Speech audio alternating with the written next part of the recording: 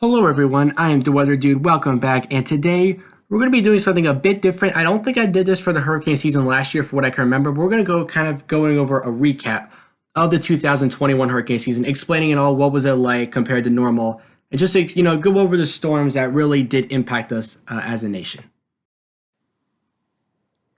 And of course, if you do enjoy, be sure to like and subscribe, and also do check out the other video I did, Winter Storm Frida. The New Year's winter storm is also going to be sweeping across the country, is the other video I uploaded for today, so be sure to check that one out as well. So we're going to be kind of like going over first the hurricane season as a whole for a little bit, and then going over, I picked out 3 storms, so be sure to stay till the end to find out which 3 I picked. And basically 3 storms, again, all of them, or most of them, were impactful to us in a certain way, but I picked 3 that really, stood out to us in the hurricane season. I can't go over all of them or take out probably over an hour. So going over the hurricane season as a whole, and kind of comparing it to 2020, right? Because 2020 was a devastating year by far. So we can use 2021 as a good comparison. Not as many storms as in 2020 we had, right? And especially now I think it's a good time to make this because we're heading into the new year. October and November were really quiet for 2021. Not the case for 2020 at all. But it's really starting to wind down. I don't think we're going to see anything tropical activity anymore. I think we're all done with that. And officially hurricane season ended a month ago, even though storms can still form after that. But anyway, I digress here. So 9 less named storms in 2020, 7, pretty much half as many hurricanes than 2020, and only 2 less major hurricanes than 2020. So in terms of average, pretty much how we were expecting it to be, right? There's going to be a lot of named storms, but hurricanes and major hurricanes weren't actually far from average because the storms didn't have the best atmosphere, right? They had a great atmosphere to form them into tropical storms, but when it came, none of the storms could really, some of them did, but some of them really just couldn't get to the hurricane and major hurricane status, which is why those numbers stay closer to average. But the named storms was pretty far above average, 7 above average. So I would say this is still an above average year. I would call this moderately-ish above average. I would call 2020 well above average of a year, right? And so going over the tracks, of course, many storms. Remember here, of course, Anna, Bill, I'm not going to go through all the names, but you can see definitely a few like Claudette, Nicholas, Grace into the Gulf of Mexico area, in the Caribbean area, Fred, Elsa, Henri into the Northeast. Northeast, definitely, this was your year for sure. I feel like 2020 as well, but 2021, at least 3 to 5 storms that tracked, remnants or even as strong as a hurricane. Around 3 to 5 systems kind of tracked near, if not even striking the Northeast. New York City, this was a devastating year for you. You had Ida and Henri both dumping massive amounts of rainfall, so it was pretty much a mess for you in New York City. A big year for you guys for the 2021 hurricane season. Kind of comparing it, we did have less landfalling storms. Only 3 less, though. 3 less landfalling tropical systems compared to 2020, but of course we only know it takes one to cause a lot of issues. 2020, this one was Faye up in here. All right, and then we had Henri in 2021 over here. All right, this one I believe was Isaias. I know the lines are going to get mixed up, so forgive me if I get a little mixed up here. I know we had Fred and Elsa near Florida here in 2021. Of course, Louisiana between 2020 and 2021 absolutely smashed with category 1, 2, 3, and 4 hurricanes. And Texas, you had your fair share as well. You had quite a few systems there on the coast of Texas. All right, so let's move on to the first storm I picked out. All right, Elsa. All right, briefly going over these systems. I'm not going to take all day on it. Just want to go over them, what they were like, maybe even show some pictures from some of them to show what happened. So Elsa started out, all right, formed pretty far south, I have to say. Like latitude speaking, like this was a pretty far south forming system, but it did track to the north, all right, through the Lesser Antilles, did form into a hurricane in the Eastern Caribbean. Then started to get near some, shallower water, some weaker, it's like a weaker environment, if you will. Sort of dropped back into a storm, moved over Cuba, kind of fell apart, but re-energized briefly into a hurricane just off the coast of Tampa, then dropped to a tropical storm right before landfall. It was still like 65 or 70 from what I remember. Still pretty strong. And remained a tropical storm all the way up the East Coast. And from what I remember from Elsa, especially after landfall, most of the precip was off to the east of center, because I remember I pretty much was just to the west of Elsa's track and really didn't see much in the way of precipitation. So that's what I remember. All of the precip, for the most part, on the eastern seaboard was on the eastern side of that center. It tracked up from basically Savannah up to Raleigh to Boston. It was a pretty, long tracking system. That was one of the systems that did impact the Northeast quite a bit. All right, and here it is. Here's a picture of it on satellite. You can see this was after landfall. It looks a little rugged. Of course, remember, it wasn't a hurricane on landfall. So, a little less in the way of expectations, but still a big area of clouds. It was a system to remember for sure.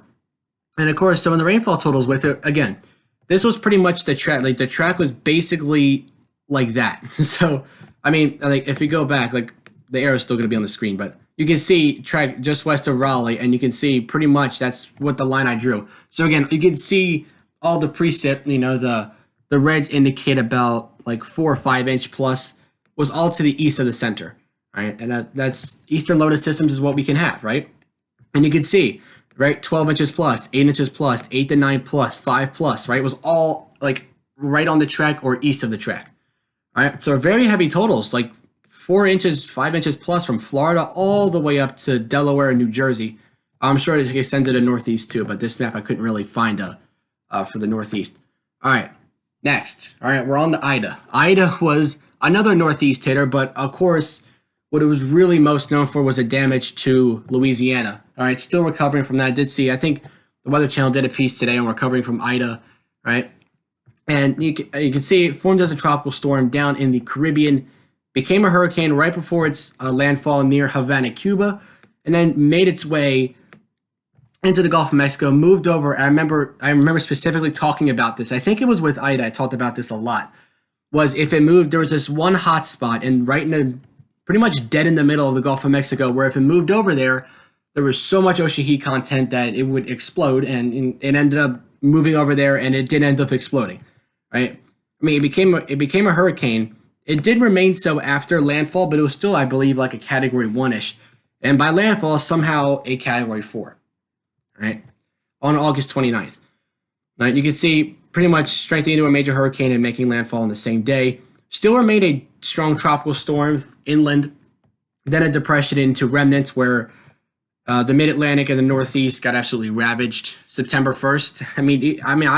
Even like around here, we hit pretty hard too in the mid-Atlantic. Coastal Northeast was hit pretty hard. And I got several inches. I think it was like almost 5-6 inches of rain from Ida. And that was on September 1st for the Northeast. And of course, around August 29th there for Louisiana, Mississippi, and other areas. But Ida was definitely a storm to remember for sure. And you can see, here's the track and here's the rainfall totals. Ida was, it's interesting to look at the map because it kind of sort of flip-flopped. And what do I mean by that?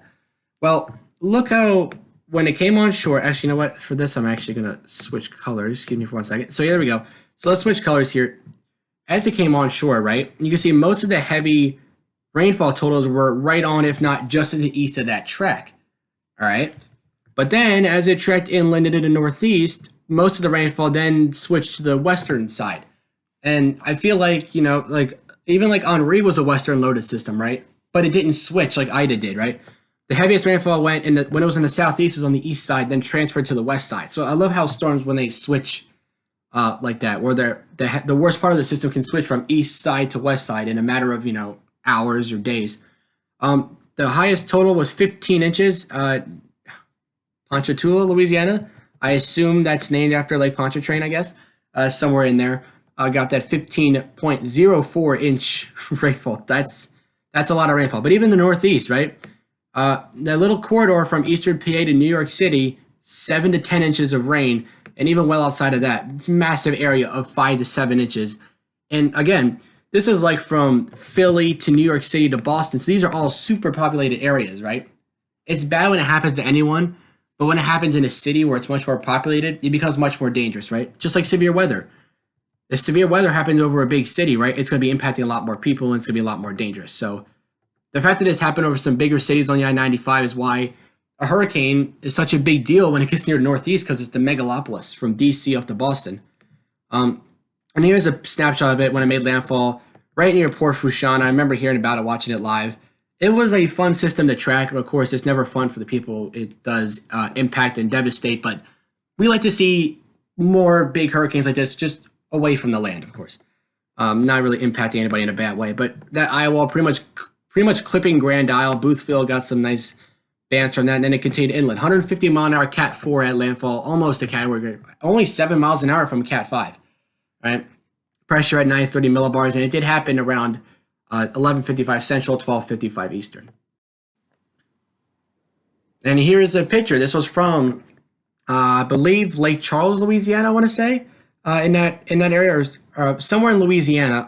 It was kind of like posted on Twitter. Here you can see the rainfall just going up. This is just, I just want to include like a picture example just to show like the rainfall going up past cars and going up to the windows, and it can be dangerous when you're stranded in there. All right, so last system that I want to focus on was another one that hit the Northeast. I did mention it earlier in the video. It's Henri. So Ida, Elsa, and Henri are the three we're going to be really honing in on. Just to go over them, I just thought it'd be nice to recap the hurricane season and see, look back on what happened. Sometimes it's hard to digest, kind of like 2020. So this one was an oddball because it was swirling out here, and it started moving its way to the south, and it formed east of Bermuda as a tropical depression. Formed into a storm, tracked its way west, and the big question was, when was it going to make that turn to the north? I remember watching as a Mid-Atlantic resident. I was watching this very closely because if it made a turn north later, that would have went right up here. If it made it sooner, it would have went up here or somewhere in the middle like that, and that's what ended up happening. Still big wave action along pretty much the entire East Coast.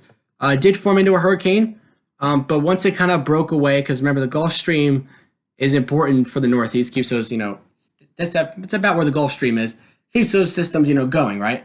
But once it lost that Gulf Stream energy, it kind of started to die down a little bit. It was I believe a 70 mile an hour tropical storm at landfall, but again, 70 mile an hour storm, 75 mile an hour hurricane, it really isn't that much of a difference. But the main part is it just stalled in the Northeast. I mean, stalled.